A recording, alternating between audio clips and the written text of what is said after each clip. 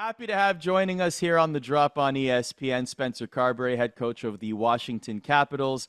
Spencer, let me start here. Fun video to see on social media. You recently went to Commanders practice, and I Yeah. love seeing head coaches at the top of their game interacting with each other, and I love hearing what those conversations are like. Like, what was that day like for you talking with Dan Quinn and the coaching staff, and what were your big takeaways?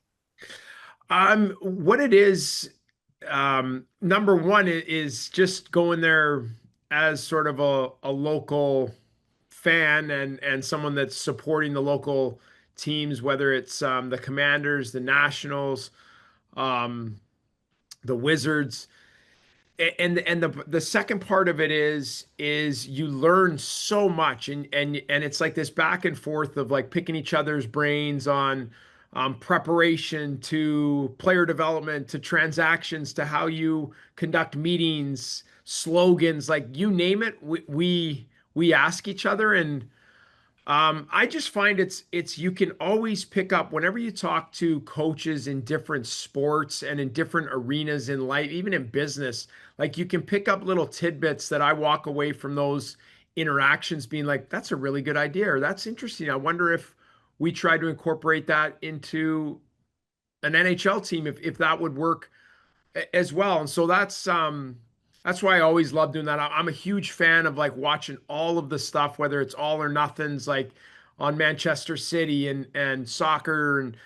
And so yeah, I have a lot of time for learning about different sports and how things are done in those arenas. Do you pick up a lot of books written by coaches too, or no? I do. I'm more of a business book Oh, all right. Oh, person. okay. What are some of Yeah. your favorite ones?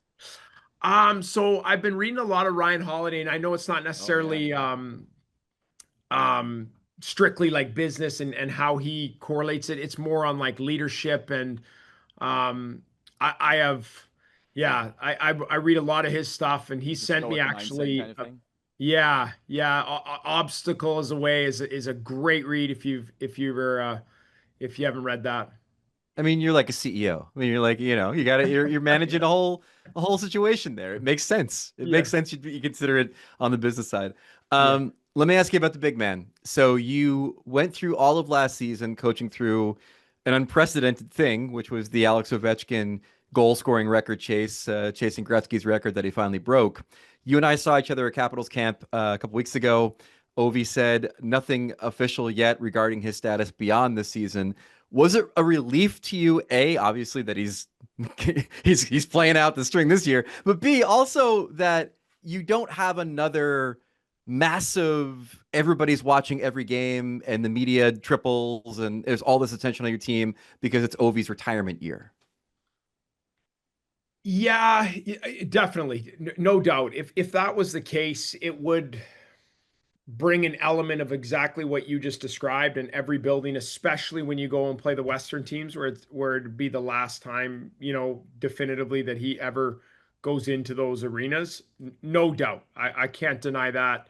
And so, we just don't know what the future holds. If he's left it open, and certainly as an organization, as a coach, you're like, heck yeah, let it, as many more years as you possibly can play. But we respect Alex so much and what he's done in this organization. So when the time comes to make a decision on his future, he will. And I bet too, a lot of it will have to do with how the year goes and at his age. And he's just coming back from an injury right now in training camp. So hopefully he gets up and running. He skated today. So I think that's kind of the way that he's, from my conversations with him, is he wants to see how the year goes, how he feels physically, mentally, going through the grind and see where he's at. How often would you check in on that with him, or how much would that even come up throughout the? I mean, it'll be important to us because he's Alex Mm. Ovechkin, one of the faces of the league from the media side. But from your side as the head coach, how much would you even have those kinds of conversations with him?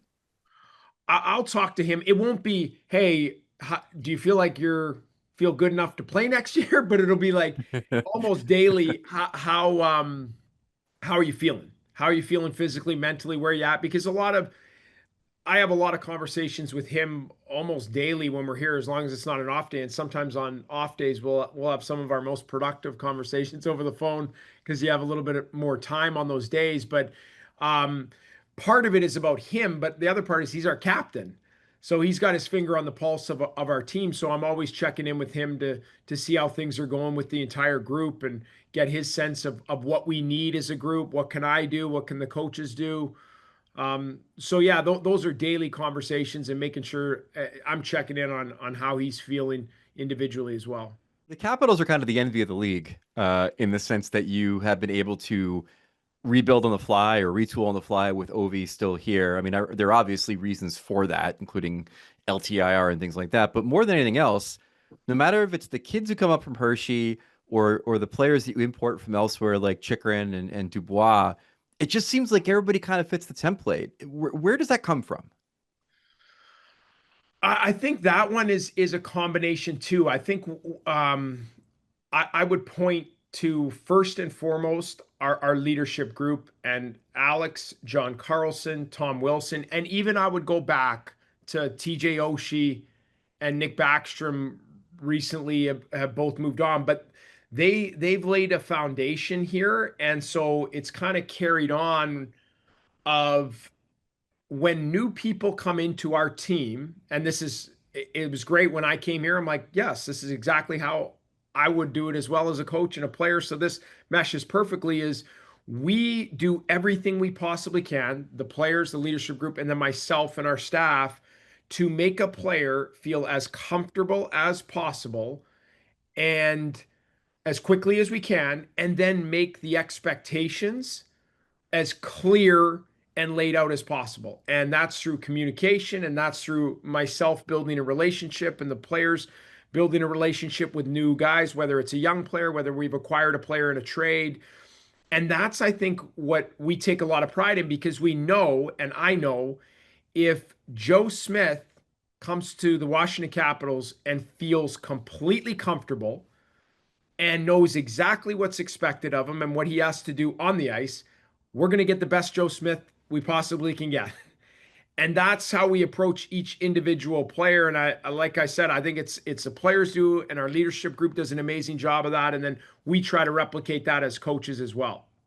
For your own purposes, what percentage is eye test? What percentage is data for you at this point in your coaching career? Great question. Great question. I'm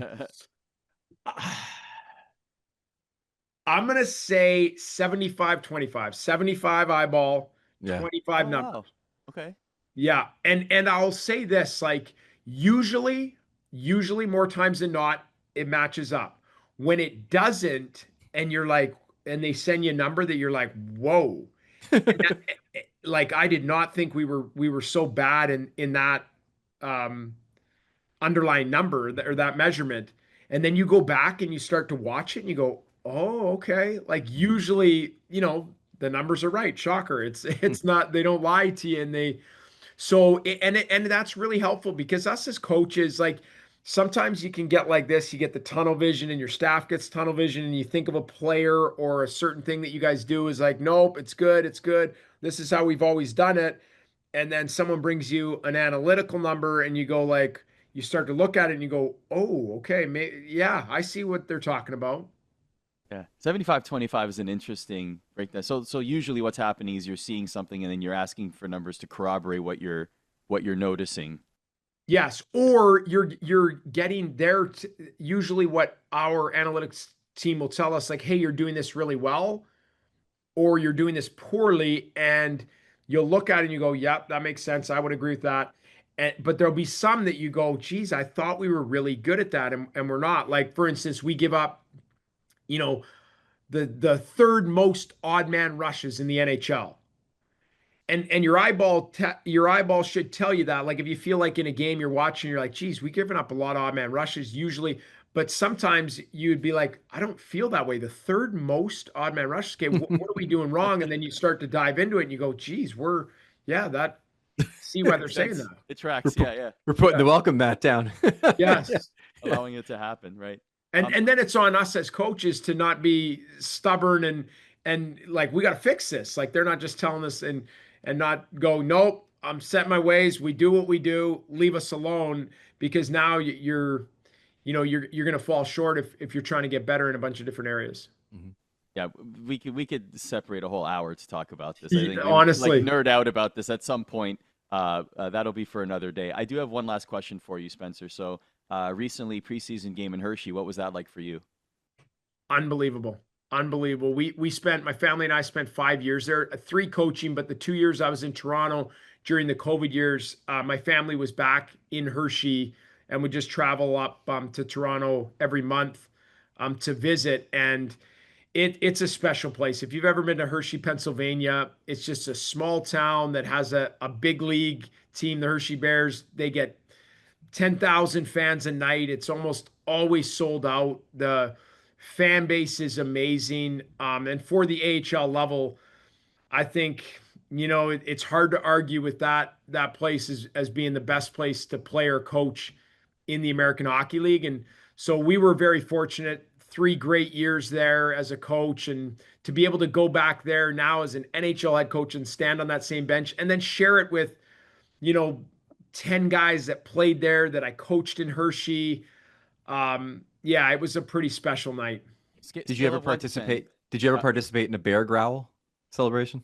No, but that came in after. Yeah, they started that. I always loved that. They would get that. And Mikey, so Connor McMichael played there. I coached him in Hershey. Played a couple years there.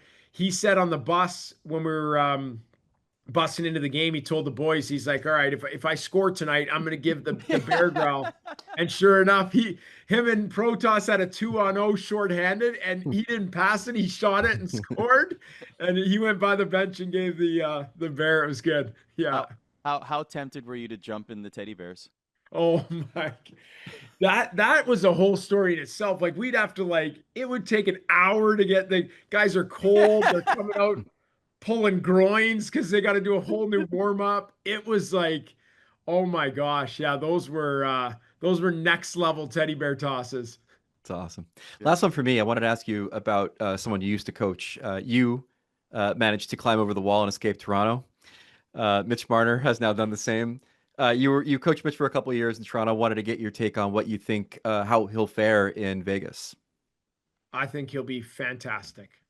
Yeah. I think I really do. I understand Toronto. I understand the pressure and the expectations, and when it's always Stanley Cup or bust, it's hard. And so I think Mitch, he took a lot of that over the years, and fans and opinion totally up to, you can never get upset with that. I never get upset with, people that are like, oh, they shouldn't treat him that way. It's like fans are entitled to their opinion, and what they see and how they come to their conclusions is up to them. And so Mitch got a lot of the brunt of that, but man, he is a generational player. Like he is so good, so talented. And the 2 years that I spent, I owe a lot. And I told him this after getting the job in Washington, I owe a lot to him as to why I'm an NHL head coach, or the things that he did on the power play when I was there, and we finished first in the league when I was coaching that power play. He did some things that you just can't coach. You can't teach. It's his individual talent. And I think he's going to do great. He's one of the best players in the league. His skill set and his sense and how he sees the game, just a true talent. And when you told him that, he obviously said steak dinner's on you now that you got the job, right? Except I texted him, now it's reversed now that you're down in Vegas. And that deal. Oh, hell. Now it's buy me a steakhouse, Mitch. Yes. Yeah, right. Exactly. Especially with no state tax. I mean, now it's free to win. Perfect. Spencer Carbery, the head coach of the Washington Capitals. Hey, this was terrific. Hope you can come back on sometime soon, but continued success and have a great season. Absolutely. Thank you guys for having me anytime.